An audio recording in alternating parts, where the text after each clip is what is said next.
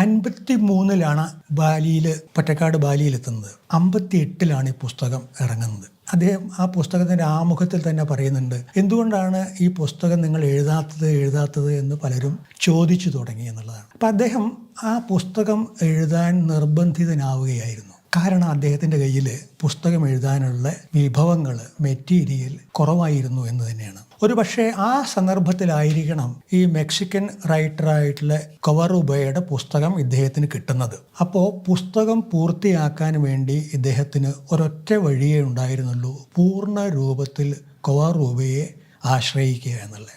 മറിച്ച് ഒരു 2-3 മാസം, ഏറ്റവും ചുരുങ്ങിയത് 2-3 മാസമെങ്കിലും ബാലിയിൽ സഞ്ചരിക്കാൻ പൊറ്റക്കാടിന് സന്ദർഭം കിട്ടിയിരുന്നുവെങ്കിൽ ഇതിനേക്കാൾ മികച്ച ഒരു പുസ്തകം അദ്ദേഹത്തിന് എഴുതാൻ കഴിയുമായിരുന്നു. കാരണം കൊവറുബയേക്കാൾ എന്തുകൊണ്ടും പ്രഗത്ഭനായിട്ടുള്ള എഴുത്തുകാരനാണ് പൊറ്റക്കാട്. കൊവറുബയ ചിത്രകാരനാണ്, എഴുത്തുകാരനാണ്, പലതുമുണ്ട്. അദ്ദേഹത്തിൻ്റെ ഭാര്യയുടെ സഹായവും ആ പുസ്തകത്തിന് കിട്ടിയിട്ടുണ്ട്. അതിലത്തെ പല ചിത്രങ്ങളും അദ്ദേഹത്തിൻ്റെ ഭാര്യ എടുത്ത ചിത്രങ്ങളാണ്, വരച്ച ചിത്രങ്ങളൊക്കെയാണ്.